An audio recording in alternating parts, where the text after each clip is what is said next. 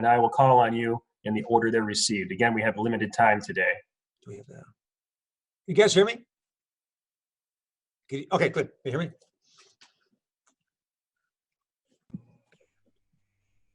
Are we able to record this? Who's asking? Patrick from News 10 NBC. Stand by. Okay, I just allowed your recording function. All right, we have Bob Duffy with us. Bob, just go ahead and give us a quick overview of the stakeholders you've been working with and the information you've been gathering for the past week.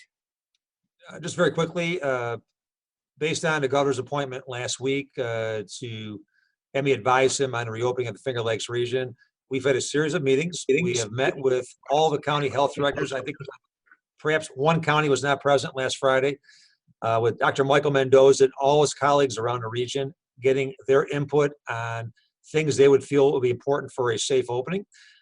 We met with elected officials, county leaders, IDA leaders, economic development leaders yesterday on a call. I just got off a call with Chamber of Commerce leaders around the region. And my job is simply to ask questions, listen, and be able to pass on information to the governor's team for their consideration on the reopening. We know from the governor's comments, May 15th is his date right now to look at the reopening of manufacturing and construction. He stated he would pause 2 weeks after that opening and then make other decisions afterwards based on the medical data. Everything we do is based on health and safety, and that's why the medical directors, health directors around the region play a major role. But my role is simply to gather information and provide it. I will tell you folks, I'm not publicizing what we're gathering right now, only because my job is to make sure I get that to the governor, not put things out first. Happy to talk about the process itself. Happy to answer your questions as best I can. But the meetings have been extremely informative. They've been engaging. I make some opening comments. I listen. I ask questions. I explain the role. And we're encouraged that the governor has at least identified 2 regions, Finger Lakes and Western New York, as areas that he wants specific advice on. So it is my responsibility, I feel, to work as quickly as I can, to listen, to get information back to him so we don't have any delays. I've said this before, there's no task force, there is no committee. If you don't want something done, have a committee. I just feel that at this point here, we get information to people from them and get it to the governor. And the governor's team has been great in terms of engaging them, listening, and that's pretty much all I can say, but happy to answer your questions. Tia Collins has the first question. Good afternoon, Bob. Thank you for talking to us today. First question is just having these meetings, what have you learned? What has been the greatest need expressed to you? Well, there's no secrets here at all. And the governor gets this better than anybody. People are frustrated who own businesses. They want to get reopened, but they want to be reopened safely. And there's a lot of questions how to do that and how best to do it. So we're encouraging people some steps they should take based on health data. But that's pretty much it. But, it's interesting. I saw a national poll today. Overwhelmingly, people support restrictions that have been placed. And even some think that the restrictions should be even stricter than what they are. So everyone we talk to, they understand what the governor is doing. They respect the governor's role. They've appreciated his leadership. Certainly, if they own a business, they want to get back up and running and do that. The governor wants that too. Keep in mind, every day a business is closed, there's no sales tax revenue going to the state or the county's localities. So there's a constant loss of revenue for everybody with these. But there's no secrets or really nothing outside the box. It's pretty much that they understand why health is paramount, but just are looking forward to getting to that point where we can reopen safely. Patty Singer is next, followed by Wendy Wright. Hi, how are you consulting with mental health professionals to guide the reopening of businesses, both from the business owner standpoint as well as the community standpoint that's really struggling with some mental health issues right now? Well, that came with our health directors. So part of their responsibility, things that were raised with them, was looking at the mental health impacts. We don't have a call just on for mental health professionals. That was not our role. Our role was really to try and provide the best information back to the governor. But the health directors did raise that. Health directors are looking at that. We'll be getting back in touch with them constantly. And I don't know if I mentioned this before, our meetings, aside from different areas of expertise, chambers, business, health directors, elected officials, other leaders, we're going county by county. We have a 9-county region. We want to make sure every county is heard. So we schedule these group calls with leaders in every county. And I'll make sure I raise that in addition to the health directors. But I don't have any data yet on that one, but it is a consideration and certainly one that they are looking at and certainly will be advocating for. Wendy Wright, then Sarah Taddeo.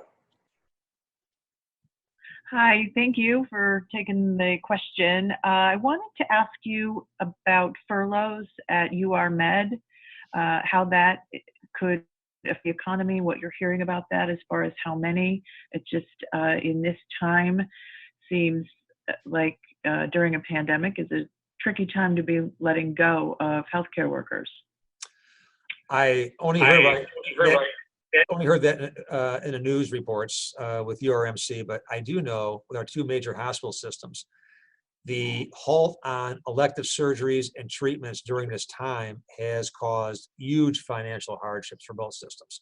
I can't quantify the dollars. I don't want to say my guesstimate publicly, but it's an exorbitant amount of money they have lost. So they really reflect the overall economic pain everybody is feeling.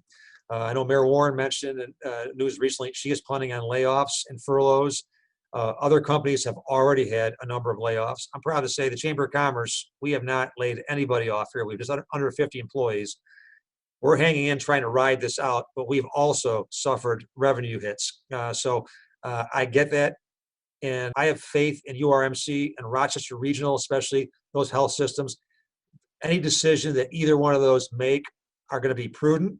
They're not going to impact public health at all, but it is also it's just a sad state of the economic realities that we're facing. We had a video conference yesterday with our controller, the Honorable Thomas DiNapoli. He is the CFO for the state.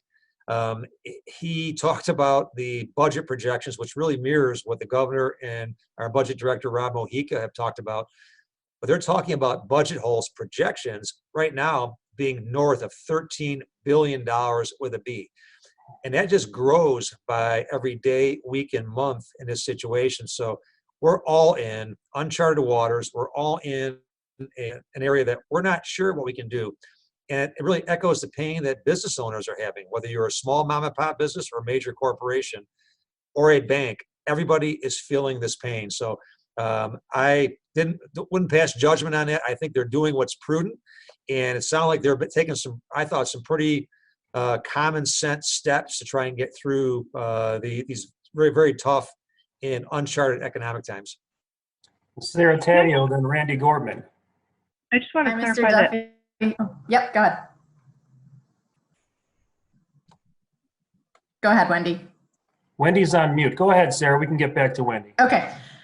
Yes, I'm asking about malls in the Finger Lakes area. We're doing a statewide story on that, and I'm wondering if you can tell us anything you know or anything you're able to share about what the reopening might look like for them. There's nothing to share on that at all. There's no decisions made, but I can tell you that the governor has a great team around him, and he's asking for information from all of us. These statewide national associations for malls and retail outlets everybody is working on plans to reopen. So I think those suggestions coming up will certainly have an impact. There has been no decision. I've been involved in no discussions on that, but I'm sure behind the scenes, if I were to offer suggestions to any business, any enterprise who maybe is deemed non-essential and is not working right now, I would work on having a plan in place when that decision date comes, be it 2 weeks, 4 weeks, 6 weeks. I can't speak to that. But areas that we constantly talk about are our face masks, our hand hygiene, disinfecting, and social distancing.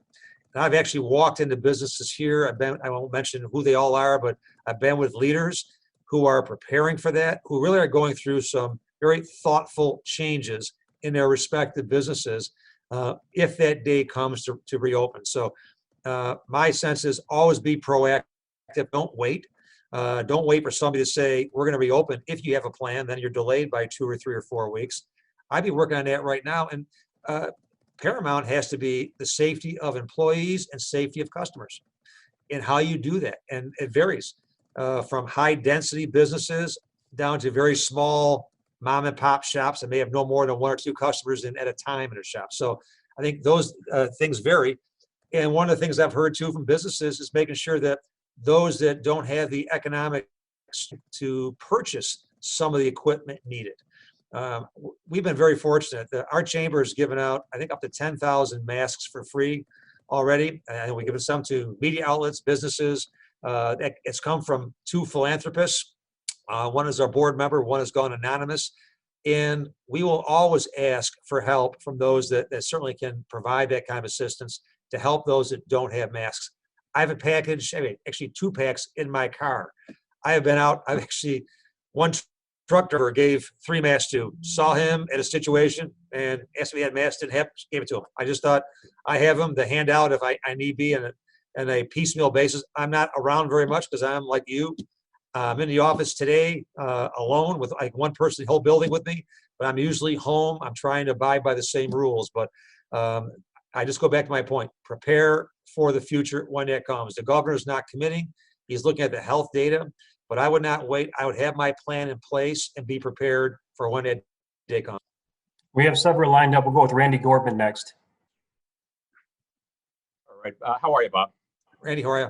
Good. Just a quick question. Although this is a couple of days ago, you probably heard about the pizza stop guy was frustrated, was looking at reopening and kind of got slapped down a bit by the town, and health officials decided not to. Are you seeing much of that kind of frustration from especially the small businesses that are on the edge and saying, hey, I just can't wait any longer. I'm going to find a way to make this work, maybe even if it's not within the letter of the law? Randy, we're hearing it. The example you gave, somebody asked me over the weekend, it was not my role to weigh in, but that business was visited by a local official, and really the ramifications are probably as or more serious than the current losses.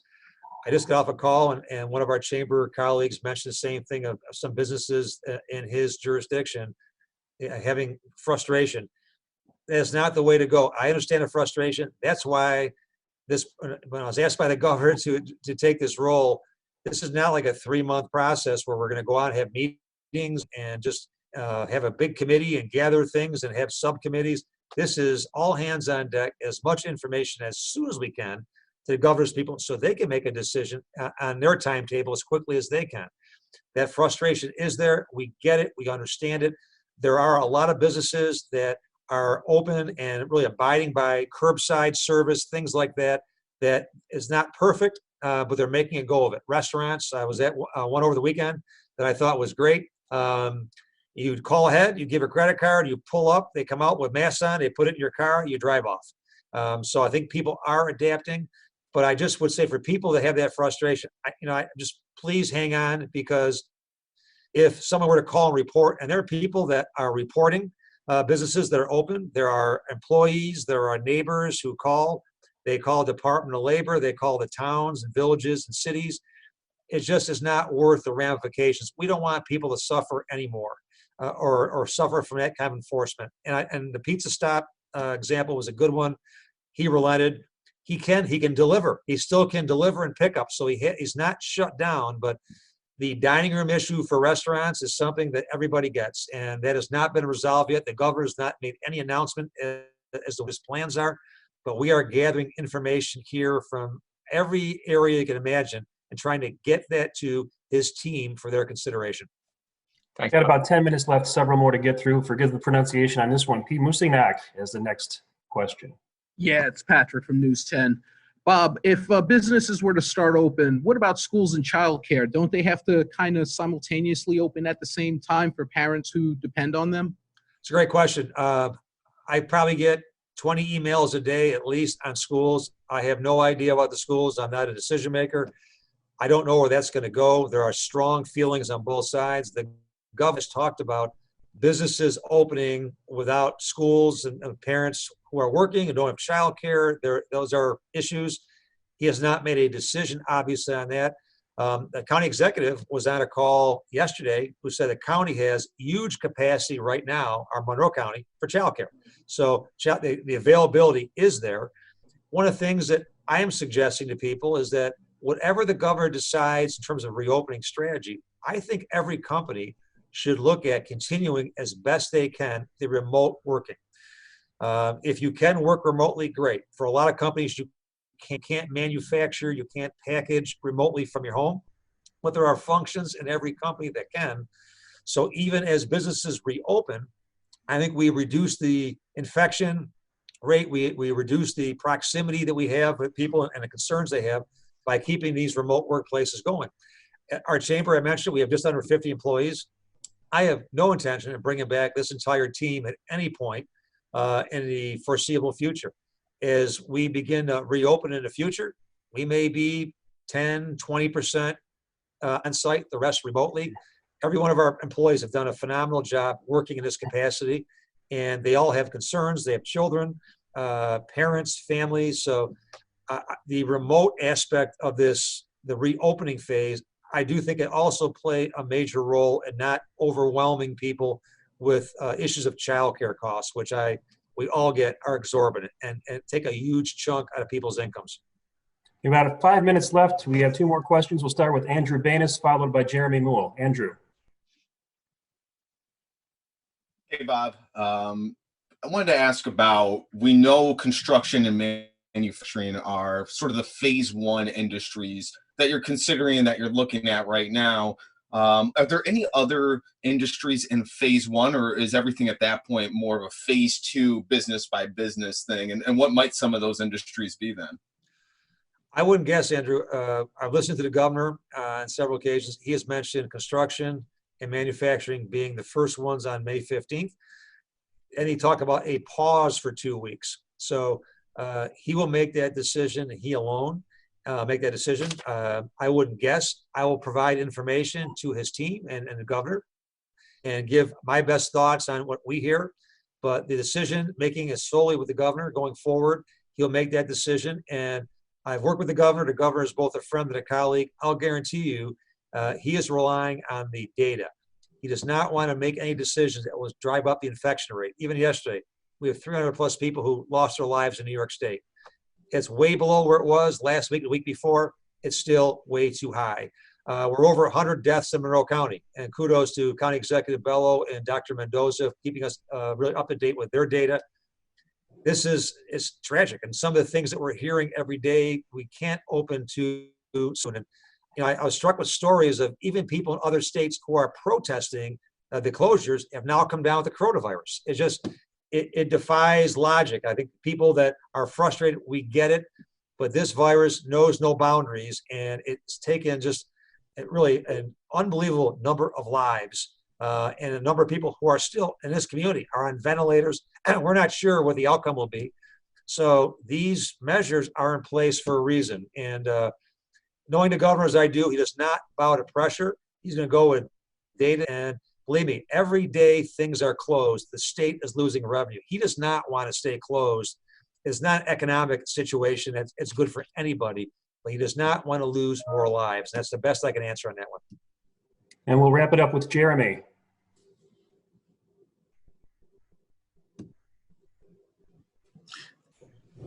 Thanks. Jeremy, are you still with us? Yep. Sorry, I had to find my unmute button.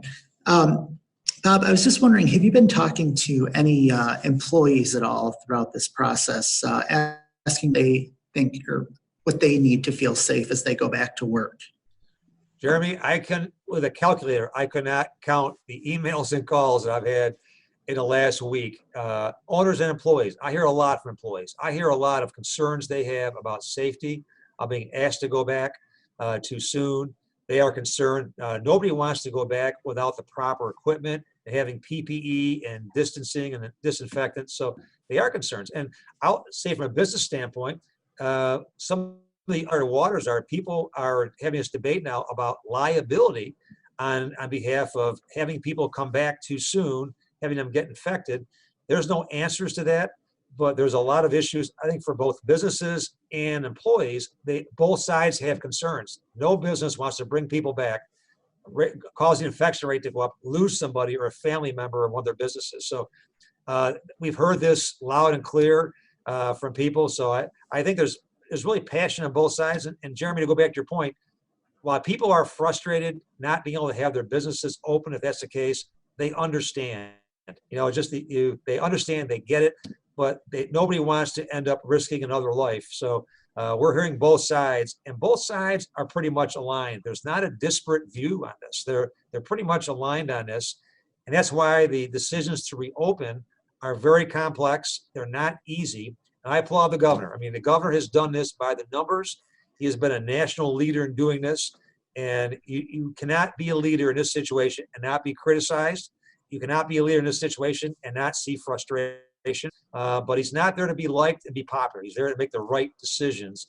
And everything I've seen so far, he's making the right decisions. We try and clear up any concerns about logically why one is open, why one is not. He is not down in the weeds on all these decisions. That's why the people on the ground and his employees are so important to bring that back up.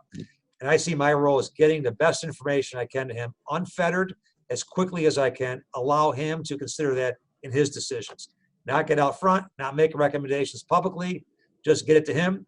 And I think that's the way this process should work. I did promise Wendy one final follow-up in the last 2 minutes that we have. Wendy. So nice. I was just clarifying that $13 billion. That was a statewide number from the comptroller, correct? Yeah, that was his projection, going forward with a budget. And Wendy, I would say this, it could be a little bit less, it could be more.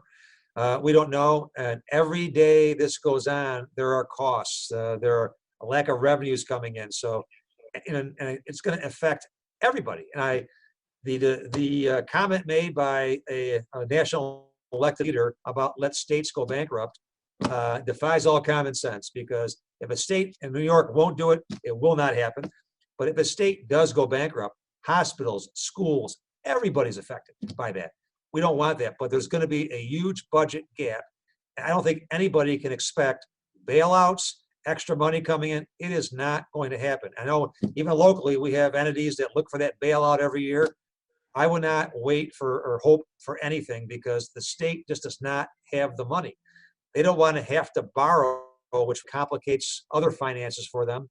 But the budget holes are just huge. And Mayor Warren, I understand the mayor's position. She made a comment. She has not made decisions yet, but the mayor is articulating the pain everybody's going to feel on this. And she is correct to look at what decisions does she have to make. And that's indicative of what everybody across the state will make. You know, it's not about protesting cuts. People have to make cuts. I'm on a call today. I'm a trustee at SUNY. I'm on with the SUNY board. Community colleges, announcements came out about community colleges. Everybody facing this, but we have to adapt. Maybe I'll close by saying this. This is a great lesson for all of us. Governor said this, and I agree. It's not about coming back the same. We should reimagine the future. It's time to look at how do we do business differently, perhaps saving money. I think this whole issue of remote learning for our kids, we weren't really prepared for that. That could be a huge way for the future, but we have to kind of reimagine how we operate. This pandemic should be a learning opportunity, a laboratory for us to look at our mirrors, all of us. I'll speak right for our organization. We have this discussion twice a week with our management meeting we do remotely. What do we need to do differently as we emerge from this to better serve our members, better serve this community? We all have to look that way.